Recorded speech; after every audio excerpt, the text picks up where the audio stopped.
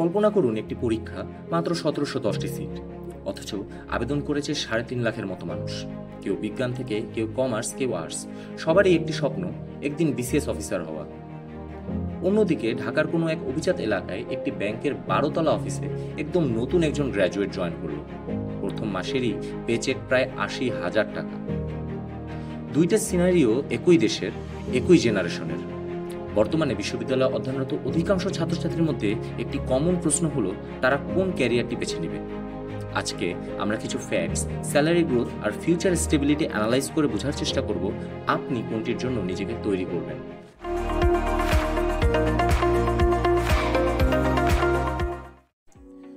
সরকারি চাকরির ক্ষেত্রে আপনি ডাক্তার, ইঞ্জিনিয়ার, বিবিএ না ইংলিশে অনার্স তা ম্যাটার করে না। শুধু একটি ব্যাচেলার্স ডিগ্রি থাকলেই আপনি বিসিএস দিতে পারবেন। কিন্তু কর্পোরেটে degree is just a plus point. প্রকৃতপক্ষে আপনাকে মূল্যায়ন করা হবে আপনার স্কিলস দিয়ে। আমরা প্রায়ই দেখি একজন সিএসসি গ্র্যাজুয়েট সফটওয়্যার কোম্পানিতে জব করছে, একজন এমবিএ পারাচ্ছে ব্যাংকে, ল ব্যাকগ্রাউন্ডের কেউ একজন এইচআর ডিপার্টমেন্টে কাজ করছে। সরকারি চাকরির ক্ষেত্রে এক্সামে পাশ করাটা খুবই ইম্পর্টেন্ট। কর্পোরেট জবের জন্য আপনি সেই কর্পোরেশনের জন্য কতটুকু ভ্যালু ক্রিয়েট করতে পারছেন, এটা অনেক ইম্পর্টেন্ট। যে কোনো চাকরির ক্ষেত্রে সবথেকে বড় মোটিভেশনাল ফ্যাক্টর হলো তার আর্নিংস। ধরুন একজন নতুন বিসিএস অফিসার গ্রেড 9 পোস্টে জয়েন করলেন, প্রথম মাসে তার বেসিক স্যালারি হবে 22,000 টাকা। কিন্তু ঢাকায় পোস্টিং হওয়ার কারণে সরকার তাকে দিচ্ছে বাড়ি ভাড়া অ্যালাউন্স, যা প্রায় 14,000 টাকার মতো। আবার আছে মেডিকেল ও ট্রান্সপোর্ট অ্যালাউন্স, প্রায় 3 থেকে 4,000 টাকা। সব মিলিয়ে তার হাতে আসে প্রায় 40,000 টাকার মতো।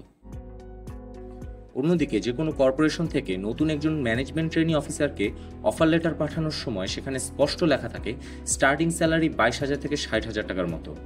ব্রিটিশ আমেরিকান টোবাকোর মতো মাল্টিন্যাশনাল কোম্পানি প্রথম মাসেই 1,20,000 টাকা পর্যন্ত দিয়ে থাকে।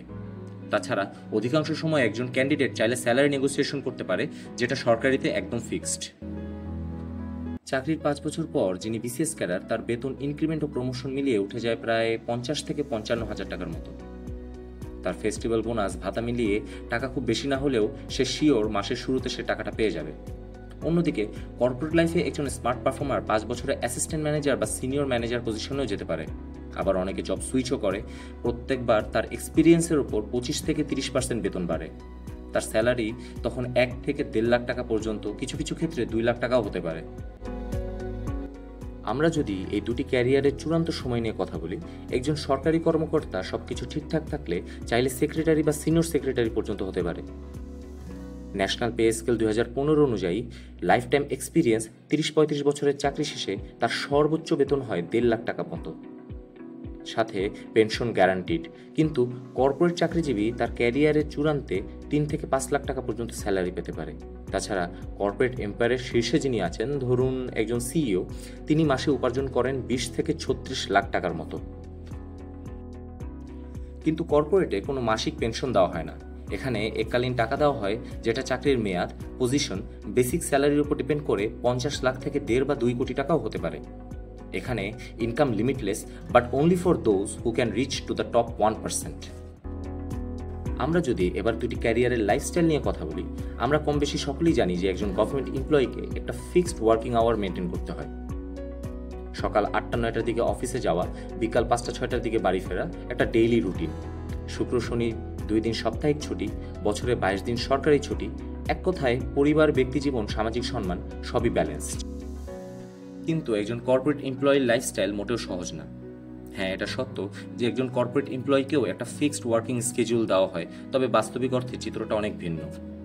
2023 সালে দি ডেইলি স্টারের একটি আর্টিকেল অনুযায়ী একজন কর্পোরেট এমপ্লয়ের দিন সকাল 9টায় শুরু হলেও তার সময় মতো শেষ হয় না।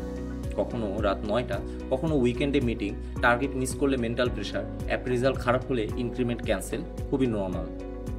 তবে বলে রাখা ভালো, সকল কর্পোরেটে সেম কালচার ফলো হয় না। প্রমোশনের ক্ষেত্রে সরকারি চাকরিতে আপনার চাকরির বয়সকে বেশি প্রাধান্য দেওয়া হয়। 5-6 বছর পর ফার্স্ট প্রমোশন, 10-12 বছর পর ডেপুটি সেক্রেটারি। কিছু কিছু জায়গায় প্রমোশনের জন্য কিছু পরীক্ষাও দিতে হয়। তবে সরকারি চাকরিতে প্রমোশন কর্পোরেট চাকরির প্রমোশনের তুলনায় কিছুটা সহজ। কর্পোরেট জবে প্রমোশন ডিপেন্ড করে আপনার পারফরমেন্সের উপর। আপনি যদি একটি কোম্পানির জন্য ভ্যালু ক্রিয়েট করতে পারেন, আপনি প্রথম বছরেও প্রমোশন পাবেন। যদি তা না হয়, তাহলে 10 বছর সেম পোস্টেই থাকা লাগতে পারে। সহজ কথায়, একজন কর্পোরেট প্রফেশনাল নিজের ল্যাডার নিজেই ডিজাইন করে। এখন প্রশ্ন হলো, কোন ক্যারিয়ারটি আপনি চুজ করবেন বা আপনার জন্য সবচেয়ে বেশি উপযুক্ত। এর জন্য আপনি চাইলে অনলাইনে ফ্রিতে কিছু পার্সোনাল টেস্ট দিতে পারেন। এর মাধ্যমে আপনার ক্যারিয়ারে কি চুজ করা উচিত তার কিছুটা ধারণা দিবে আপনার কাজকর্ম, ইচ্ছা, কমফোর্ট জোন ইত্যাদি ট্র্যাক করার মাধ্যমে। আমরা ডিসক্রিপশন বক্সে কিছু লিঙ্ক দিয়ে দিয়েছি। বাস্তবে আপনি যদি এমন একজন মানুষ হন যিনি জীবনে চান সুনির্দিষ্ট সময়ের রুটিন, পরিবারের সময় দেওয়া, সোশ্যাল রিকগনিশন আর কম ঝুঁকির জীবন, তাহলে সরকারি চাকরি আপনার স্বভাবের সাথে সবচেয়ে বেশি মিলবে। সরকারি অফিসে কাজের পরিবেশ সাধারণত ডিসিপ্লিনড অ্যান্ড পাঞ্চুয়াল হয়। বিসিএস পাবলিক বিহেভিয়ার স্টাডি 2023 অনুযায়ী সরকারি কর্মকর্তাদের 81% বলেছে তারা চাকরিতে মেন্টাল পিস এবং সোশ্যাল রেসপেক্টের জন্য এই পথ বেছে নিয়েছে। অন্যদিকে যদি আপনি মনে করেন একটা ফিক্সড ম্যাপ ফলো করে নয়, আমি নিজের জীবন নিজেই বিল্ড করব, আমি চান্স নিতে রাজি, আমি চাই বেশি ইনকাম, বেশি এক্সপোজার, তাহলে কর্পোরেট জব আপনার জন্য সঠিক একটা জায়গা। এখানে আপনার মেরিট, ডিসিশন মেকিং পাওয়ার আর অ্যাম্বিশনই আপনার পরিচয় বহন করে। बोर्ड पे कोई पोजीशन भी नहीं चाहिए। देखिए मेरी नजर आपकी कंपनी पर नहीं। লিঙ্কডইন ওয়ার্কপ্লেস ডাটা 2024 অনুযায়ী কর্পোরেট সেক্টরে প্রায় 62% পেশাদারী বলেছে তারা freedom, innovation and global career গ্রোথের জন্য কর্পোরেট চুজ করেছে। আমরা অলরেডি দেখেছি কর্পোরেট সেক্টরে এআই ও অটোমেশন দ্রুত রিপ্লেস করছে লো স্কিলস জবগুলো। তবে দিন দিন নতুন ডিমান্ড তৈরি হচ্ছে IT, fintech, renewable energy, healthtech, pharmaceuticals and digital কমার্সে। World Economic Forum Bangladesh outlook 2030 অনুযায়ী পরবর্তী দশকে প্রাইভেট সেক্টরে 40% নতুন চাকরি আসবে, যেগুলো এখনো পুরোপুরি তৈরিই হয়নি। ভবিষ্যতে চাকরি থাকবে, কিন্তু শুধু তাদের জন্য যারা কন্টিনিউয়াস স্কিলস গ্রোথ মেনটেন করছে। একপাশে সরকারি চাকরি, এখানে আছে job security, pension, social respect এবং পরিবার কেন্দ্রিক জীবন। এটি শুধু পেশা নয়, এটি রাষ্ট্রের অংশ হওয়ার পরিচয়।